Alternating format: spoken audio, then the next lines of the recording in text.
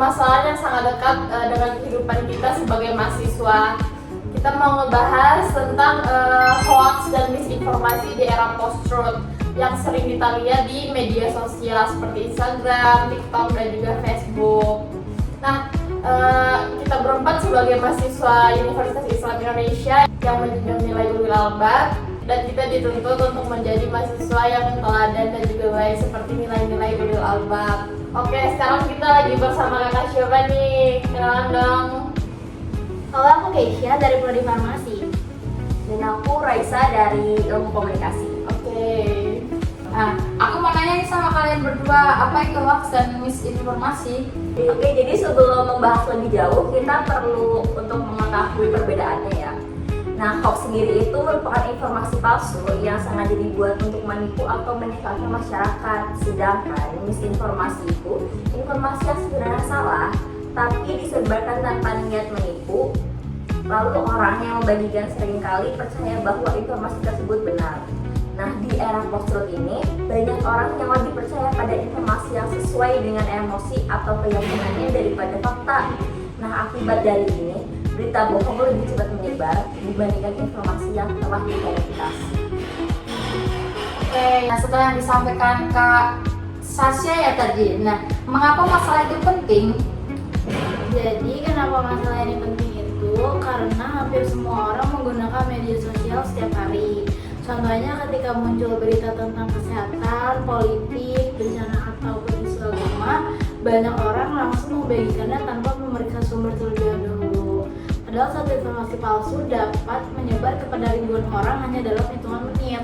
Nah, sebagai mahasiswa, jika kita ikut menyebarkan informasi yang salah, maka kita juga ikut bertanggung jawab atas dampak yang ditimbulkan. Nah, kita mau tahu juga nih, dampak dalam hoax dan misinformasi itu apa? Oke, jadi dari hoax ini tuh sebenarnya punya banyak banget dampak negatif. Yang pertama itu ada menimbulkan kepanikan di masyarakat. Lalu kedua, memicu konflik dan perpecahan karena banyak orang yang saling menyerang akibat informasi yang belum tentu benar. Lalu yang ketiga, menurunkan kepercayaan masyarakat terhadap media, pemerintah, bahkan terhadap ilmu pengetahuan. Lalu yang keempat, merusak nama baik seseorang melalui fitnah atau informasi palsu. Nah, yang paling berbahaya adalah ketika masyarakat kehilangan budaya berpikir kritis dan lebih percaya pada opini dibandingkan fakta. Dari yang dijelasin Kak Sasha dan Kak Caca ini ya. Nah, itu tuh semuanya kalau digabungkan dengan konsep ulil albab tuh seperti apa? Dalam konsep ulil albab itu terdapat 3 karakter utama, yaitu zikir, fikir, dan amal. Yang pertama, zikir. Sebagai seorang muslim, kita harus selalu mengingat Allah dalam setiap tindakan, termasuk saat menerima informasi.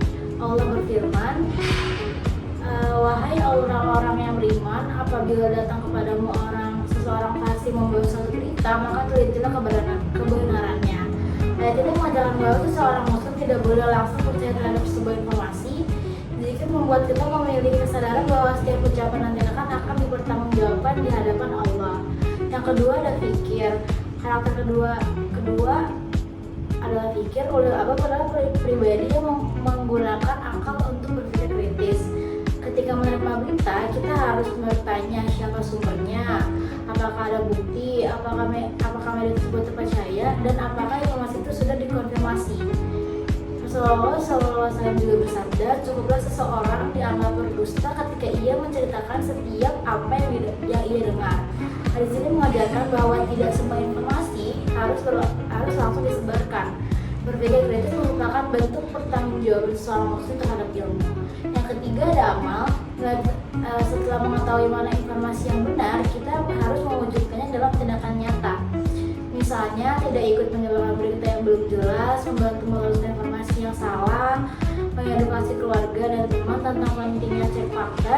Jadi ilmu tidak berhenti pada pengetahuan saja, tetapi diwujudkan dalam tindakan. Pendapat ulama dan ilmuwan muslim, Imam Al-Ghazali menjelaskan bahwa ilmu harus membawa manusia kepada kebenaran dan kemaslahatan, sementara Ibnu Khaldun menekankan pentingnya berpikir rasional dalam memahami berbagai informasi yang berkembang di masyarakat. Artinya, seorang muslim tidak hanya beriman tetapi juga menggunakan akalnya secara sehat. Oke, sebagai mahasiswa Ulil Albab, ada nggak solusi dari kalian? Oke, jadi sebagai mahasiswa Ulil Albab, ada nih beberapa solusi yang dapat kita lakukan. Yang pertama, yaitu menerapkan budaya tabayun atau klarifikasi sebelum mempercayai ataupun menyebarkan informasi. Nah, biasakan mengecek sumber berita melalui media terpercaya atau situs pemeriksa fakta dulu. Kemudian yang kedua, yaitu meningkatkan literasi digital. Mahasiswa itu perlu memahami cara mengenali berita palsu, memahami konteks informasi, dan membedakan opini dengan fakta. Lalu yang ketiga adalah menggunakan media sosial secara bijak. Jangan membagikan informasi hanya karena sedang viral, namun lebih baik terlambat membagikan berita yang benar daripada cepat menyebarkan berita yang salah. Lalu yang keempat, membiasakan diskusi ilmiah. Mahasiswa hendaknya membangun budaya berdiskusi berdasarkan data, jurnal, fakta, bukan hanya opini pribadi. Nah, dari pembahasan kita di podcast kali ini, kita bisa menyimpulkan kalau misalkan hoax dan misinformasi itu adalah suatu hambatan di era digital ini. Salah. Nah, dari pembahasan kita di podcast kali ini, kita bisa nyimpulin kalau misalkan hoax dan misinformasi ini adalah suatu tantangan yang sangat besar di era digital. Jadi sebagai insan Ulil Albab, kita tidak boleh langsung mempercayai info yang tersebar dan info yang lagi viral sebelum mengecek faktanya terlebih dahulu. Oke.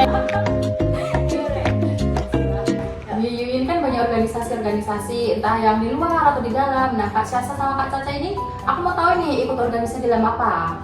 Oke, kalau misalnya dari aku sendiri ya, aku tuh lebih tertarik sama kepanitiaan. Mungkin kayak lebih untuk organisasi sendiri sih aku nggak ada tertarik dan mungkin nggak akan ikut sih. Cuman kalau UKM sama kepanitiaan aku mungkin akan lebih aktif di situ. Kalau Kak Caca? Aku sih, untuk aku sih kayaknya nggak akan ikut kepanitiaan karena kan prodi aku sendiri udah sibuk ya, jadi aku nggak punya waktu buat ikut kepanitiaan gitu. Jadi aku kayaknya nggak akan ikut ke kepanitiaan. Tadi Kak Caca ini melakukan kegiatan PKD ya. Menurut Kakak ini PKD itu ngapain aja gitu di sini? Seru atau enggak gitu? Seru sih tadi paling cuman disuruh bikin poster aja, terus ngebahas dari kasus sama paling dengerin ini sih materi. Ya itu aja tadi. Kalau keseharian biasanya kayak setelah pulang atau kalian weekend main atau weekday kalian berkegiatan tuh ngapain aja biasanya setiap harinya? Ya, kayak daily life gitu. Oke, kalau aku nih setelah kuliah ya, setelah kelas itu aku pasti bakal mungkin kayak cari makan di luar. Setelah itu aku pasti bakal langsung balik ke kos, terus di kos aku bersih-bersih, terus habis itu sebagai anak Ilkom kita belajar dengan cara menonton film, nonton drakor, intinya memenuhi waktu luang aku buat nonton film agar kita sebagai anak ilmu komunikasi ini punya banyak inspirasi dari referensi dari film-film gitu. Kalau Kak Caca ini, Kalau aku kesehariannya pulang kampus itu paling sama cari makan, terus lanjut belajar baca materi buat besok. Paling mungkin kalau misalnya besoknya ada praktikum, aku lanjut nulis laprak, terus belajar untuk tes dan lain-lain. Paling gitu aja. Sibuk ya Kak? Sibuk banget. capek nggak anak farmasi? Capek banget. Awal lagi nih nanyanya. agak berbanding terbalik ya sama kita yang benar. tiap hari leha-leha. Kita kan nggak pernah ada tugas ya. Tugas kita cuma foto di pasar doang. Iya benar lagi. Oh tadi kalian ini nggak tadi ujian taklim nggak? Apa udah? Apa aja sih? Kamu? Ya. Caca nggak? Belum. Oh kamu belum. Tadi kamu Tapi ada taklim nggak? Ada. Gimana tadi ujiannya lancar nggak? Kalau aku alhamdulillah lancar banget, ternyata diberi kemudahan dan kelancaran oleh Allah Subhanahu wa taala. Jadi aku doakan ya semoga bisa lulus dengan nilai yang bagus. Amin. Nah, seminggu lagi kita kan bakal menjalani UAS nih. Persiapan apa yang sudah dipersiapkan sama Kak Caca sama Kak Syasha ini? Ya, mungkin dari yang farmasi dulu nih Iya, ya. paling Farmasi. sibuk ya, sibuk. Ada justru aku belum nyiapin apa-apa ya, soalnya kan di fakultas aku tuh jadwalnya juga belum keluar, jadi belum tahu harus belajar apa, jadi aku belum belajar sih. sama nggak sih selesainya sama mulanya gitu? Beda deh. Beda. Iya, beda-beda kayaknya. Duluan aku ya berarti kita yang Duluan dia komunikasi. Iya. Oh, Aku mau nyiapin pose dulu soalnya kan besok aku juga ada ujian AC kan. Mungkin dari sini aku bakal belajar buat besok. Lanjut kalau dari aku sendiri sih belum ada persiapan apapun karena sebenarnya jujur aku tuh apa ya santai aja sih karena kita tuh dari jadwalnya kita udah bisa lihat jadwalnya kita kan kebanyakan tuh online dan ternyata kita cuma masuk kita cuma UAS ke kampus tuh cuma 2 kali benar-benar. jadi kayak ya Allah cuma kita tinggal berdoa aja udah Benar. Jadi kayak persiapannya cuma untuk 2 matkul itu kan. iya betul Yang lainnya mah bisa lah. Online ya yang mana? Nah, dulu tuh waktu awal-awal tuh ada kegiatan PNDI ya. Nah, kalau PNDI itu kan kelompoknya terus halakohnya semuanya kan dipencar nih. Nah, kalian tuh beradaptasi sama teman-temannya tuh gimana? Nyaman enggak? Soalnya kan kita tidur di rusunawa juga ya. Tuh. Siapa yang Mungkin dari aku dulu. Cara beradaptasinya sih karena teman-teman kamar aku ini gampang diajak ngobrolnya, jadi nggak pakai lama ya, saat hari itu juga langsung bisa ngobrol, langsung bisa ngasihin bareng, iya, sholat itu bareng, kayak kemana-mana bareng gitu, jadi nggak susah sih, nggak terlalu susah kalau menurut aku. Jadi seru ya? Seru. Oke. Kalau saya gimana nih? kalau dari aku sih pertama capek banget ya capek banget dan kita tuh kurang banget tidurnya Benar. terus habis itu sebenarnya di sana tuh setiap hari itu aku ngerasain kayak aduh ini kapan selesainya gitu Real.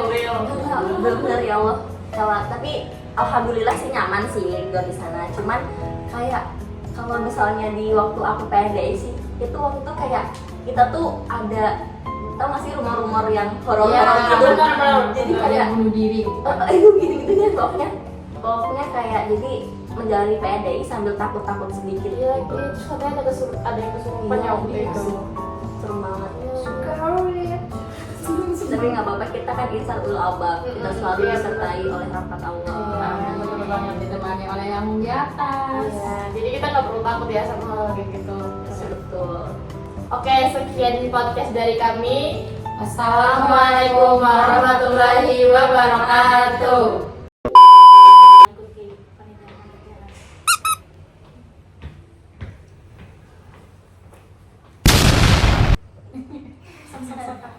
PKD sama PDD nih kegiatan gitu gimana? PPD. Iya nanya aku tapi Bentar mikir lagi ya. A few moments later. jangan. Astagfirullahaladzim Apa nih awalnya? Assalamualaikum. Wait. Aku rekam dulu. Oke. 1, 2, 3. Assalamualaikum warahmatullahi wabarakatuh.